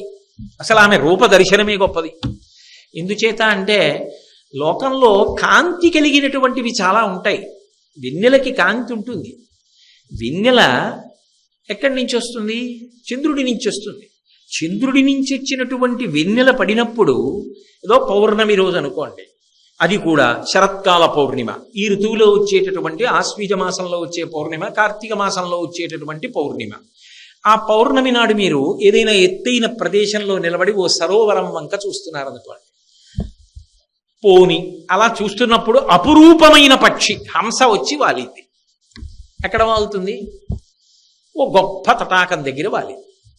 ఇప్పుడు ఆ చంద్రకాంతులలో ప్రకాశిస్తూ మీకు చక్కగా హంస కనపడింది. అబ్బా, హంస హంస చూడవే, హంస చూడు అని ఆ తెల్లటి హంసని చూసి ఆనందపడిపోతున్నారు. ఆ పక్కన అరవిరిసినటువంటి కలువలు కనపడ్డాయి, వాటిని చూసి మురిసిపోతున్నారు. ఇవి మీకు మనసుకి ఉల్లాసాన్ని కల్పించగలవేమో, కానీ అసలు విరుద్ధమైన రీతిలో కాంతులు వచ్చి ఆత్మోద్ధరణం చెయ్యగలిగిన కాంతి మాత్రం ఆవిడ నుంచే వస్తుంది. లేకపోతే ప్రపంచంలో ఎక్కడైనా గోళ్లలో కాంతులు ఉంటాయండి? నకదీదితి సంచన్నన మజ్జన తమోగుణ. ఆమె కాలికి ఉన్నటువంటి వేళ్ల గోళ్ల నుంచి వచ్చినటువంటి కాంతులు తమోగుణాన్ని కప్పేస్తాయి. బయట చంద్రకాంతిలో హంసలు కనబడతాయి. ఆమె యొక్క కాలివేళ్ల గోళ్లలోంచి వచ్చినటువంటి కాంతులను ఎవరు ఉపాసన చేస్తారంటే పరమహంసల ఉపాసన చేస్తారు. అంటే ఆ కాంతి ఎంత గొప్పది! అటువంటి కాంతి పరమమంగళప్రదం.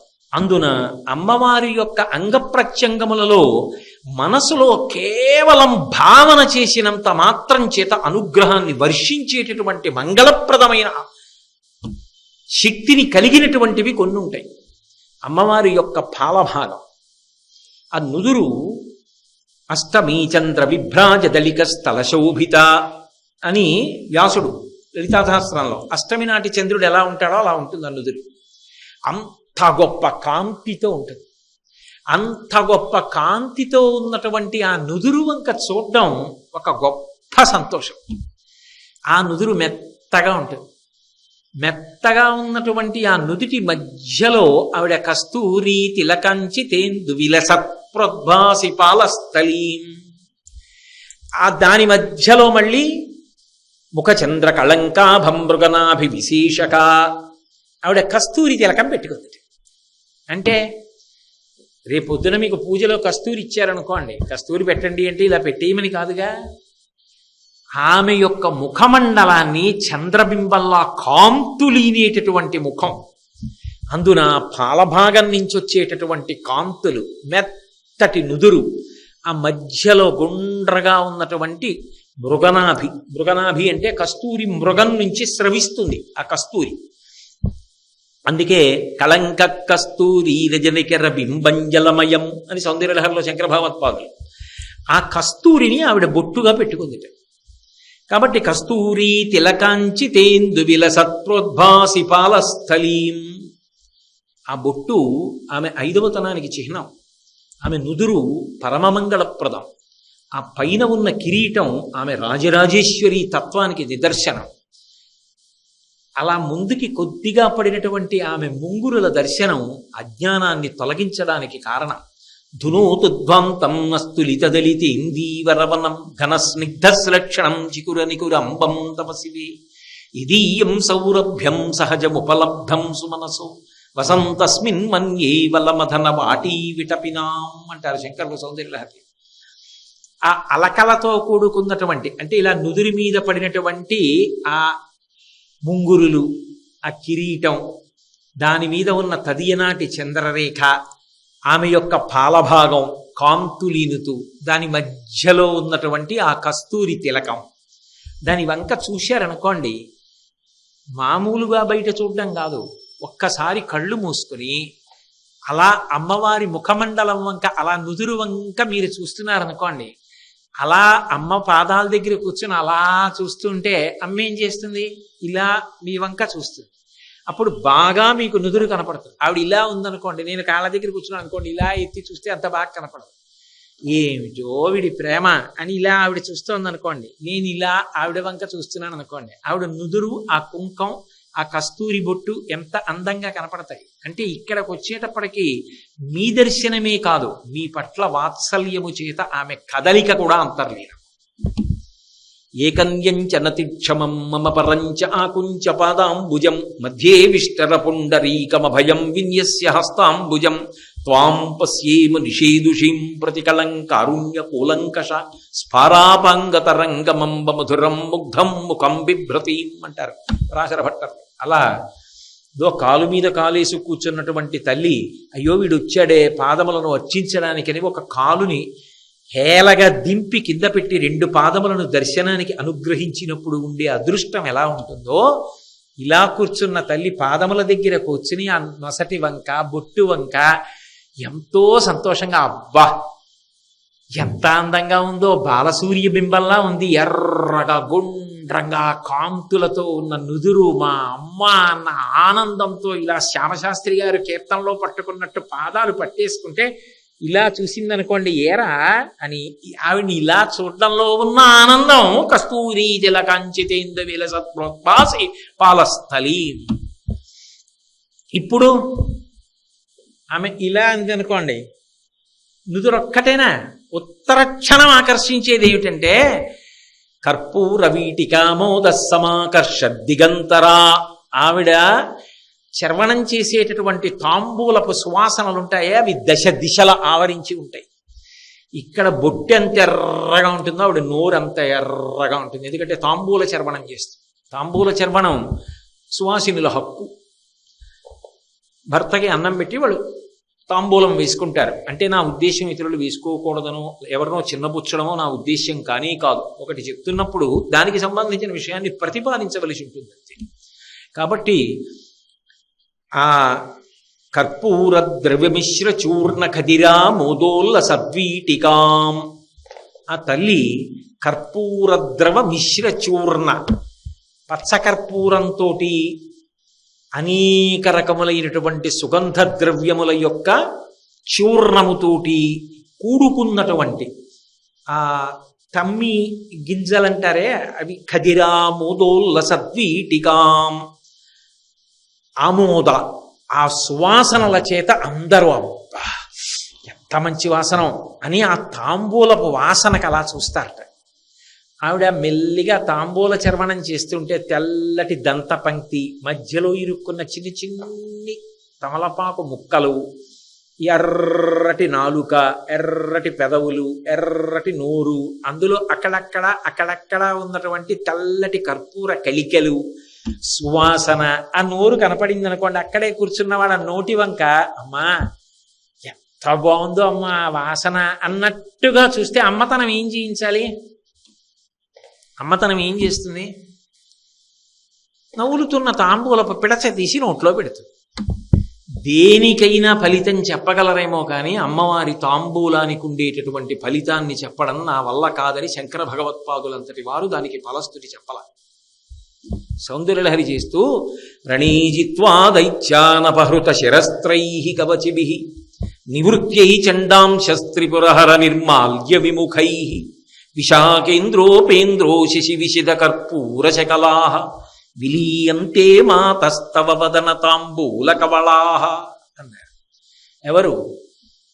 విశాఖేంద్రోపేంద్రో, విశాఖుడు అంటే సుబ్రహ్మణ్యుడు, ఇంద్రో స్వర్గలోకాధిపతి ఇంద్రుడు, ఉపేంద్రో శ్రీ మహావిష్ణువు.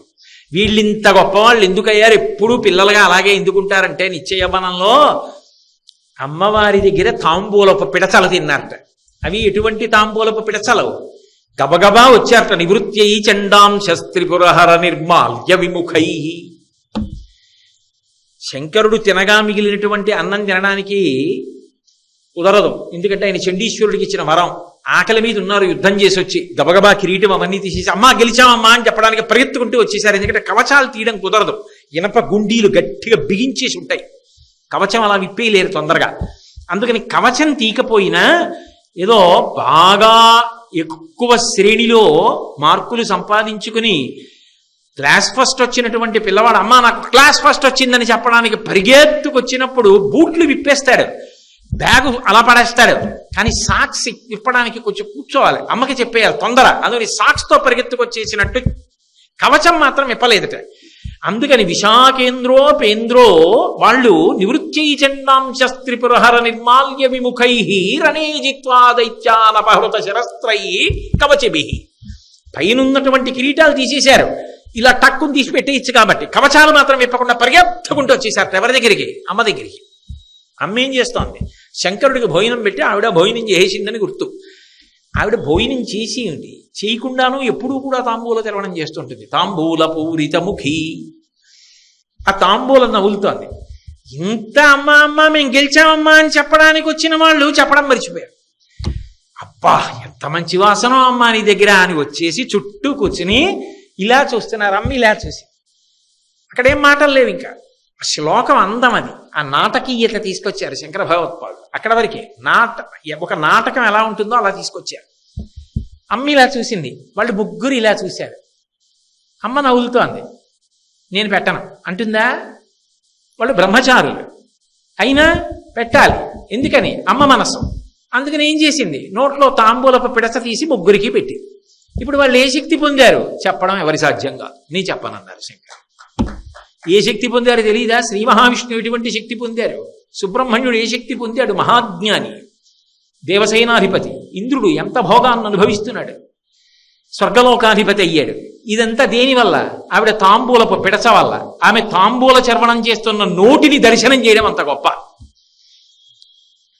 అంటే అంత ప్రేమతో నువ్వు చూడడం నీకు అలవాటైతే పెట్టకుండా ఉండలేక పెట్టడం ఆవిడ ధర్మం.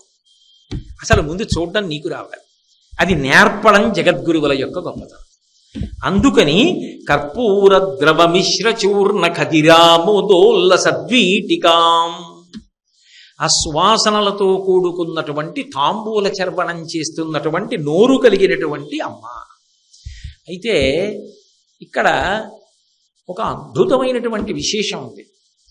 అమ్మవారికి సంబంధించినటువంటి తాంబూలము కేవలముగా ఏదో ఆమె ఆరాధన చేసినటువంటి స్త్రీలు మాత్రమే పుచ్చుకునేటటువంటి ప్రసాదము అని పరిమితం చేయడానికి వీల్లేదు.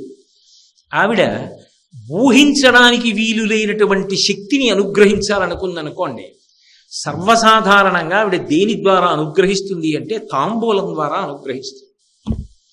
అందుకే మీరు ఎప్పుడైనా చూడండి, కవితా ధార ఆమె ఇవ్వవలసి వచ్చిందనుకోండి, గొప్ప కవిత్వాన్ని ఇవ్వవలసి వస్తే ఆమె తన తాంబూలపు పిడచ నోట్లో పెడుతుంది. మూకశంకరులను అలా అనుగ్రహించింది. ఆ తల్లి తన యొక్క అనుగ్రహాన్ని తాంబూలం ద్వారా అనుగ్రహించిందా, ఇంకా దాని శక్తి చెప్పడం సాధ్యం కాదు. అయితే ఒక విషయాన్ని నేను చెప్పవలసి ఉంటుంది. శ్రీశైలంలో భ్రమరాంబ అమ్మవారికి సమర్పించిన తాంబూలాన్ని కూడా అలా ఇస్తారు, వేసుకోమని ఇస్తారు. దానికి ప్రత్యక్షమైనటువంటి రుజువేమిటో తెలుసా? నేనే. ఒకప్పుడు నాకే శ్రీశైలంలో భ్రమరాంబ అమ్మవారి దేవస్థానంలో ఉన్నటువంటి అర్చకులు పరమ ప్రేమతో ఆ తాంబూలం ఇచ్చారు, వేసుకోండి అని. అంటే మనకి ఆ ఆర్తి ఉండాలి, ఆ ప్రేమ ఉండాలి, కానీ ఆ తల్లి అనుగ్రహిస్తుంది, ఆ తాంబూలం ఇస్తుంది. నాకే కాదు, ఆ రోజున చాలామంది వేసుకున్నారు. నాకు ఒక్కడికే ఇచ్చిందని మీరు అనుకోకండి, అదేదో గొప్ప అని నేను చెప్పట్లేదు. ఆ రోజున నాతో ఉన్నవాళ్ళు చాలామంది ఆ తాంబూలం వేసుకున్నారు. చాలామంది సువాసినులకు కూడా అక్కడ పొద్దున్నే పూజలో పెట్టిన తాంబూలం ఇస్తూ ఉంటారు అమ్మవారు. నేనే చూశాను ప్రత్యక్షంగా అలా తాంబూలం ఇవ్వడం ఆ రోజున. కాబట్టి కర్పూర ద్రవమిశ్ర చూర్ణ కదిరామోదోల్ల సద్వీటికాం, ఆ తాంబూలపు పిడచ పెట్టడం ద్వారా, తాంబూల చర్వణం చేస్తున్న అమ్మవారి నోటి వంక చూడడం ద్వారా ఎంత ఫలితాన్ని పొందవచ్చు చెప్పడం సాధ్యం కాని విషయం. అంతకన్నా మహోత్కృష్టమైన విషయం ఉంటుంది అని చెప్పడం చాలా కష్టం. అందుకే ప్రత్యేకించి ఈ దేవీ నవరాత్రులు లాంటి ఉత్సవాలు జరుగుతున్నప్పుడు అమ్మవారికి తాంబూలాన్ని పెట్టడం, అమ్మవారి తాంబూలాన్ని తీసుకుని ప్రసాదంగా వేసుకోవడం గొప్ప అదృష్ట విశేషం. అది కేవలం స్త్రీలకు మాత్రమే కాదు, పురుషులకు కూడా ఎనలేని శక్తిని కటాక్షించగలదు. కాళిదాస మహాకవి ఒకప్పుడు కాళికాదేవి దర్శనం జరిగితే ఆయన కోరుకున్నాడు. ఆయన అమ్మవారిని అడుగుతూ ఇదే అడిగాడు, చేటి భవన్ నిఖిల చేటి భవన్ నిఖిల కదంబవన వాటీషు నాకి పటలి అంటూ కదంబవనంలో తిరిగేటటువంటి ఓ అమ్మ, నాకు పరమాద్భుతమైనటువంటి కవన శక్తిని కటాక్షించు అని అడిగాడు. ఎంత గొప్ప కవన శక్తి అంటే, చేటి భవన్ నిఖిల కేటి కదంబవన వాటి నాకి పటలి వాటీషు నాకి పటలి. కదంబవనంలో తిరిగేటటువంటి అలవాటు ఉన్నటువంటి ఓ తల్లి, నాకు ఎంత గొప్ప కవిత్వం రావాలో తెలుసా? అంటే ఘోటి కులాధధిక ధాటి ఉదారముఖ వీటి రసేన తనుతాం అన్నాడు. అమ్మా, తాంబూల చర్వణం చేస్తున్న నోటితో నాకు ఈ అనుగ్రహం.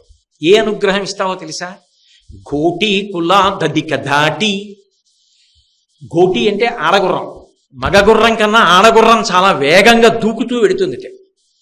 అందుకని ఒక ఆడగుర్రం దూకుతూ వెళ్ళినప్పుడు ఎంత వేగంగా వెడుతుందో అలా ఘోటి కులాధధిక దాటి ఉదారముఖ వీటి రసేన తనుతాం. తాంబూల చర్వణం చేస్తున్న నోటితో నా వంక చూసి నవ్వు, అంతే.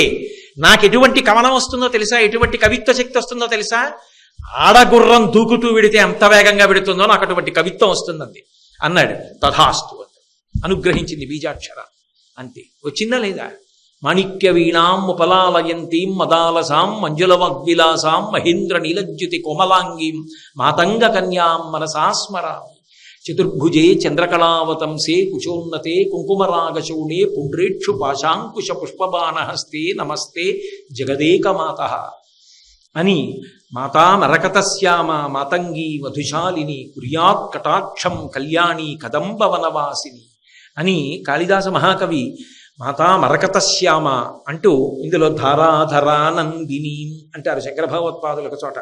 అలా మాతా మరకతశ్యామ అంటూ చతుర్భుజే చంద్రకళావతంసే అంటూ ఆ తల్లి నన్ను అలా అనుగ్రహించుగాక అని అటువంటి కవన శక్తి ఇచ్చేటప్పుడు అమ్మా నువ్వు తాంబూలా చర్వణం చేస్తున్న నోటితో నన్ను అనుగ్రహించాలి. ఎటువంటి దానివి నువ్వు అంటే, ఎవరినైనా అనుగ్రహించాలనుకుంటే కవనమైనా ఇవ్వగలవు, దేవతా పదవులనైనా ఇవ్వగలవు. విశ్వామరేంద్ర పద విభ్రమదాన దక్షం ఆనందహేతురధికం మురవిద్విషోపి ఈశన్ నిషీదతు మయిక్షణ మీక్షణార్థ ఇందీవరోదర సహోదర మిందిరాయా అంటారు కనకధారాస్తవంలో. అటువంటి తల్లివి కనుకనే నువ్వు ఎంత గొప్పగా అనుగ్రహించగలవు అంటే, చేటి భవన్ నిఖిల కేటి కదంబవన వాటీషు నాకి పటలి. నువ్వు స్వర్గలోకంలో ఉండాలనేటటువంటి అధికారమును కల్పించగలిగినటువంటి శక్తి కలిగిన దానివి. కదంబ వృక్షములు ఎక్కడ ఉంటాయో అక్కడ తిరుగుతూ ఉంటావు. హదంబవన వాటీషు నాకి పటలి. అటువంటి తల్లి నువ్వు నన్ను అనుగ్రహించాలి, అనుగ్రహించి నాకు కవిత్వం ఇవ్వాలి. ఆ కవిత్వం కూడా ఎంత గొప్ప కవిత్వము అంటే పాటి రగంధి కుచశాటి కవిత్వ పరిపాటి అగాధి వసుతాం. అమ్మా, నాకు నువ్వు ఇచ్చే కవిత్వం, నేను ఆ కవిత్వం చెప్తుంటే ఎలా ఉండాలో తెలుసా? పాటి రగంధి కుచశాటి కవిత్వ పరిపాటి అగాధిప సుతాం. అగాధిప అంటే కదలనిది కొండ. సుతాం గిరిజ, ఓ పార్వతి, ఎటువంటి కవిత్వాన్ని ఇస్తావో తెలుసా? పాటి రగంధి కుచశాటి కవిత్వ పరిపాటి మగాధిప సుతాం. నువ్వు వేసుకున్నటువంటి పవిట కొంగు ఉంటుందే, ఆ పవిటకి గొప్ప సుగంధభరితమైన పరిమళ ద్రవ్యాలని అలదుకుంటావు. మంచి చందనము మొదలైనవన్నీ అలుదుకుంటావు. నువ్వు నడిచి వెడుతున్నప్పుడు ఆ పవిట కొంగు ఊగుతుంది. ఊగినప్పుడు ఇన్ని పరిమళ ద్రవ్యాలతో ఉన్న పవిట కొంగు కదూ, ఆ ఊగినప్పుడు ఆ పవిట కొంగు మించి వచ్చేటటువంటి పరిమళం గాలిలో కలసి నాసాపుటాన్ని తగిలినప్పుడు అబ్బా అని ఆగిపోవలసిందే. అలా నీ పవిట కొంగు మించి వచ్చే సువాసన ఎంత గొప్పగా ఉంటుందో నా వాక్కుల యందు కవన శక్తి అలా ఉండాలి. పాటి రగంధి కుచశాటి కవిత్వ పరిపాటి మగాధిప సుతాం. ఓ తల్లి, ఓ పార్వతి, నన్ను అలా అనుగ్రహించమ్మా అని ఆయన కోటి రచారుమణి అని ఎంత గొప్పగానో మహానుభావుడు ప్రార్థన చేసి నన్ను అలా అనుగ్రహించి కవిత్వాన్ని ఇచ్చినప్పుడు ఎలా అంటే వీటి రసేన తనుతాం, తాంబూల చర్వణం చేస్తున్న నోటితో అనుగ్రహించంటాడు. అంటే ఆ తల్లి తాంబూల చర్వణం చేస్తున్నప్పుడు ఇవ్వగలిగినటువంటి విషయం ఇంత అని చెప్పడం ఎవరికీ సాధ్యం కాదు. ఏదైనా ఇవ్వగలిగినటువంటి శక్తి. అందుకే శంకరులు అటువంటి పరమమంగళప్రదమైనటువంటి దర్శనాన్ని మనకి నేర్పుతున్నారు. ఆ దవడలు కదులుతూ ఆ ఎర్రటి నోటిని ఆ కర్పూర ద్రవమిశ్ర చూర్ణ ఖదిరామోదోల్ల సద్వీటికాం లోలాపాంగతరంగతైరితి కృపాసారైర్నతానందిని. ఏమి పరమాద్భుతమైన భావములు చూపిస్తారో మహానుభావుడు. లోలాపాంగతరంగతైరితి కృపాసారైర్నతానందిని. నతా, ఆవిడ దగ్గరికి వెళ్ళి ఇలా తల ఉంచితే చాలట. ప్రణిపాత ప్రసన్నాహి మైథిలీ జనకాత్మజ అలమేషా పరిత్రాతం రక్షస్వో మహతో భయాత్ అంటారు రామాయణంలో. ఇంకా ఏదో రామచంద్రమూర్తి దగ్గరికి వెడితే సకృదేవ ప్రపన్నాయ తవాస్మీతి జయాచతే అభయం సర్వభూతేభ్యో దదామ్యే తద్వ్రతం మమ. నేను నీవాడనాలని ఓ నియమం. సీతమ్మ దగ్గర ప్రణిపాత ప్రసన్నాహి మైథిలీ జనకాత్మజ అలమేషా పరిత్రాతం రక్షస్వో మహతో భయాత్. ఆవిడ దగ్గరికి వెళ్ళి పడిపోతే చాలు, అనుగ్రహించేస్తుంది. అంతటి ఉదార స్వభావం ఉన్న తల్లివి కదూ. నతానందిని. ఒక్కసారి వెళ్ళి ఇలా తల ఉంచి నమస్కరిస్తే చాలట భ్రమరాంబ దగ్గర. ఏం చేస్తావు అంటే లోలాపాంగతరంగతైరితి కృపాసారై. లోలాపాంగ, కదులుతున్న కన్నులతో చూస్తుంటుంది ఆవిడ. ఏదో ఇలా నిలకడగా చూడటం కాదుట, అలా కదిలిపోతుంటాయి ఎప్పుడు ఆవిడ చూపులు ఇలా ఈ చివరి నుంచి ఈ చివరికి. అపాంగత్తే లబ్ధ్వా అంటారే, ఆ చూపులలో చల్లతనం ఉంటుంది. అంటే నల్లతనం ఉంది కన్నుల్లో. మొట్టమొదట్లో చాంచల్యారుణలోచనాంచిత కృపాం చంద్రార్ధ చూడామణిం. ఇక్కడికి వచ్చేటప్పటికి లోలాపంగతరంగతైరితి కృపాసారైర్నతానందిని.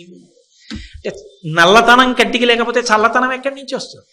నల్లని కన్నులంటే ఎరుపు జీర లేని కన్నులు. అంటే ఎరుపు జీర ఎవరి పట్ల? రాక్షసుల పట్ల. నల్లటి కన్నులు, చల్లటి కన్నులు ఎవరి పట్ల? ధర్మాత్ముల పట్ల. కాబట్టి ఇప్పుడు చల్లని చూపు చూస్తోంది ఆవిడ. ఆ చూపు దయ అనబడేటటువంటి తరంగములు అలా వస్తున్నాయిట ఆవిడ చూపులలో నుంచి. మనం వెంకటేశ్వర స్వామి వారికి నీరాజనం ఇస్తూ ఓ మాట అంటారు, స్వామి నువ్వు దయామృత తరంగిణ్యాస్తరంగైరివ శీతలై అపాంగై సించతే విశ్వం వెంకటేశాయ మంగళం అంటారు. దయామృత తరంగిణ్యాస్తరంగై, దయా అనబడేటటువంటి అమృత తరంగములతో కూడిన చల్లని చూపులు చూసేవాడా అంటారు. అది శంకర భగవత్పాదుల ప్రయోగమే.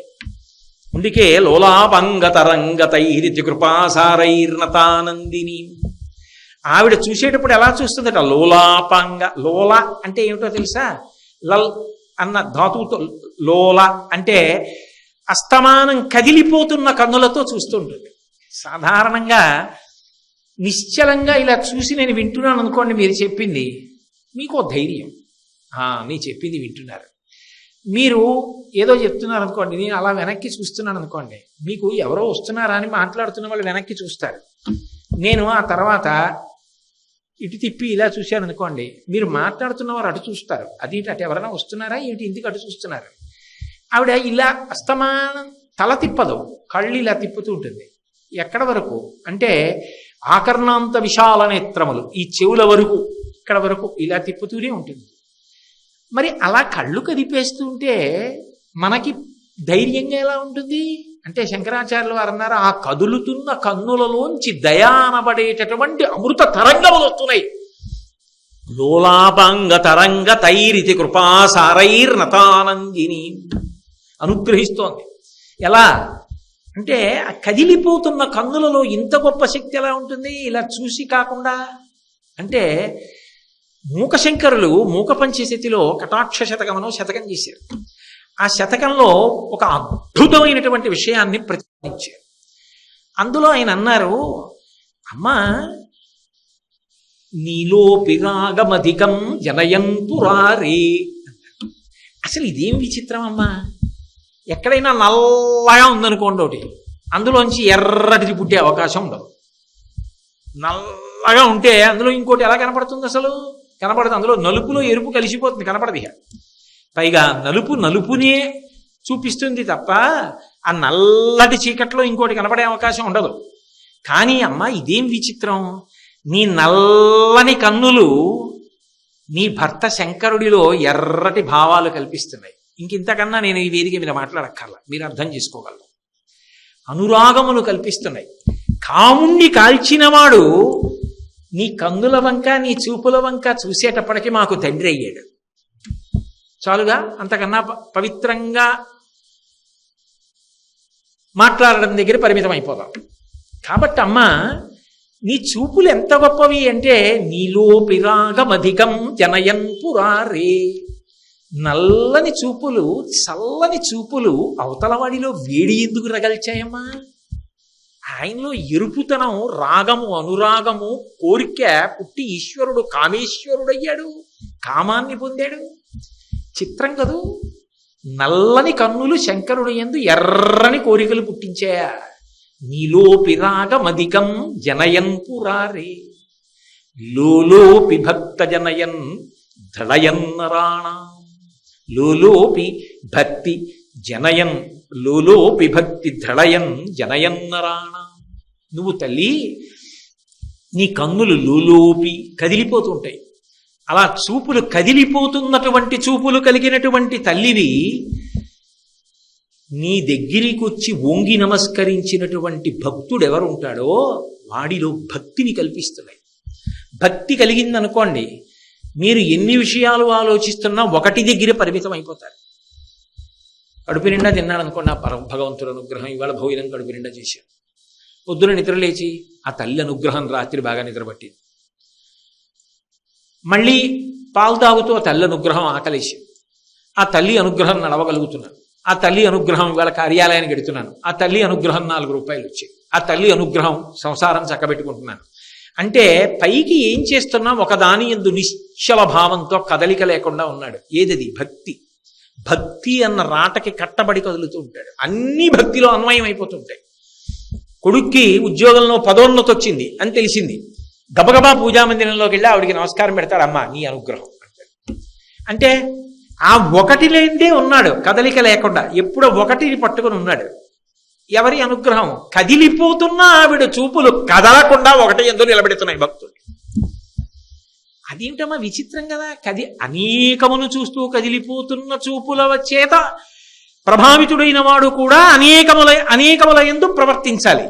కానీ అనేకములు చూస్తూ కదిలిపోయే చూపులు ఒకటైన భక్తి యందు నిలబడేటట్టు చేస్తున్నాయి. లోలోపి భక్తి దృఢయన్నరాణ. లౌల్యముతో అంటే చించలత్వమును కలిగినటువంటి నీ చూపులు నిశ్చలముగా ఉండగలిగినటువంటి హృదయాన్ని భక్తుడికి ఇస్తున్నాయి. ఇది అద్భుతం కదమ్మా, ఆశ్చర్యం కదా. ఇది ఒకలా ఉంటే వక్రోపి దేవి నమతాం సమతాం వితన్వన్. నమతాం అంటే అమ్మవారి దగ్గరికి వెళ్ళి ఇలా నమస్కరించిన వాడికిట వక్రోపి వంకర చూపు చూస్తుందట. వంకర చూపు అంటే ఇలా చూశాను అనుకోండి, నిలువు చూపు. ఇలా ఎదురుగుండా చూస్తున్నాను కాబట్టి నిలువు చూపు. ఇలా చూడకుండా ఇలా చూశాను అనుకోండి, వంకర చూపు. ఎందుకని? ఇలా వెళ్ళింది కాబట్టి. వక్రోపి అంటే కటాక్షం. ఇలా కంటి నుంచి ఇలా చూస్తే నిలువు చూపు, కంటి చివరి నుంచి చూస్తే కటాక్షం అంటారు. కంటి చివరి నుంచి చూసిన చూపు పొట్టి చూపు. ఇలా చూస్తే కనపడినంత ఇలా చూస్తే కనపడుతుందా? కనపడదు. వక్రోపి ఎవరిని చూస్తుందట అలా? నిజంగా తాను మారాలని కోరుకుని ధర్మాన్ని పట్టుకోవాలని కోరికుండి ఇలా వంగి నమస్కరించిన వాడు ఉంటాడే, వాడు అలా ఎదురుగుండా వచ్చి చేయడు, ఇలా పక్కకు వచ్చి చేసాడు. పక్కకు వచ్చి చేస్తేట ఆవిడ ఎంతో సంతోషంగా వక్రోపి ఇలా చూస్తుంది. ఇలా పక్కకి చూస్తే ఇలా వంకరగా చూసిన నీ చూపు ఉందే అమ్మా, దేవి నమతాం సమతాం వితన్వన్. అదేం విచిత్రమో కానీ అమ్మా, నువ్వు చూసిన వంకర చూపు వల్ల ఆ చూపు ఎవరి మీద పడిందో వాడికి అన్నీ సమానంగా కనపడుతున్నాయి. అన్నీ సమానంగా కనపడడం ఏమిటి అంటే, మూకశంకర్లే మూక పంచశతిలో ఒక చోట ఒక మాట చెప్తారు, అన్నీ భగవత్ స్వరూపములుగానే కనపడతాయి తప్ప వేరు భావములిక కనపడవు. ఎక్కడ ఏది కనపడనివ్వండి, మత్ తేజోంశ సంభవం, అబ్బా భగవత్ స్వరూపం. అందుకే ఆ కాంతి. భగవంతుడు భగవంతుడు భగవంతుడు అన్నిటి యందు భగవంతుడిని చూడగలిగినటువంటి సమబుద్ధి ఏర్పడుతోంది. దేని వలన? వంకరగా చూసిన చూపు వల్ల. వంకరగా చూస్తే వంకర టెంకర బుద్ధులు రావాలి, కానీ సమబుద్ధి ఎలా వచ్చిందమ్మా? నల్లటి చూపు చూస్తే ఎర్రటి కోరికలు వస్తే ఇళ్ళు ఎలా పుట్టాయమ్మా? అన్నిటికన్నా విచిత్రం, అసలు నువ్వు చూసినప్పుడు చించలమైన చూపులతో చూస్తుంటే నిశ్చలత్వం భక్తుల్లో ఎలా వచ్చిందమ్మా? అంటే ఆమె చూసిన చూపులలో ఆ కదలికలు ఎలా ఉన్నా అనుగ్రహం మాత్రం అద్భుతంగా ఉంటుంది.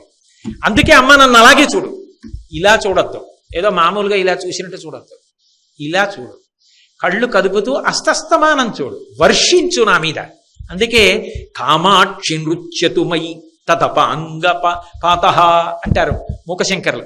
తడిపేయమ్మా, మళ్ళీ మళ్ళీ మళ్ళీ మళ్ళీ అలాగే చూడు. నేను ఇలా చూశాను అనుకోండి, ఎన్ని మాటలు చూసినా ఒకటే. ఎందుకంటే ఇలా చూస్తే నిజంగా అక్కడ ఎవరున్నారో నాకేం దృష్టిలోకి వెళ్ళదు. ఎందుకంటే నేను ఏ విషయం చెప్తున్నానో దాని గురించిన ఆలోచనలు లోపల నుంచి వస్తూ ఉంటాయి.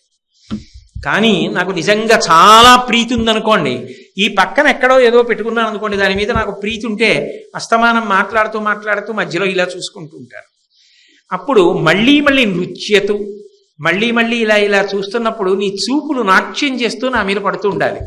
అలా నృత్యం చేస్తూ నీ వంకర చూపులు, నీ కదులుతున్న చూపులు నా మీద పడాలమ్మా. దాని వలన నాకు సమబుద్ధి రావాలి, నాకు నిశ్చలత్వం రావాలి. అందుకనమ్మా నీ చూపులు కదులుతూ ఉంటాయేమో కానీ కదలని స్థితి దానివల్లే వస్తుంది. లోలాపంగ తరంగ తైరితి కృపాసారైర్నతానందిని. అది శంకర భగవత్పాదుల యొక్క ప్రతిపాదన. అది దాని అద్భుతం. లోలాపంగ, అపాంగ అంటే కంటి చివరి నుంచి చూడడం, ఇలా కదులుతూ ఇలా అస్తమానం ఇలా కంటి చివరికి చూస్తున్నటువంటి నీ చూపులు ఉన్నాయే అవి నతానందిని. వాడు ఏం పెద్ద స్తోత్రాలు చెయ్యక్కర్లేదమ్మా. వాడు పరమ సంతోషంతో భక్తితో ధర్మాన్ని పట్టుకోవాలనేటటువంటి దీక్షతో ఇలా రెండు చేతులు కైమోడ్చి నీ దగ్గర నిలబడితే తల్లి, అటువంటి వాడి పట్ల నీ చూపు పడగానే వాడు సమస్తమైనటువంటి అనుగ్రహాల్ని పొందేస్తాడు.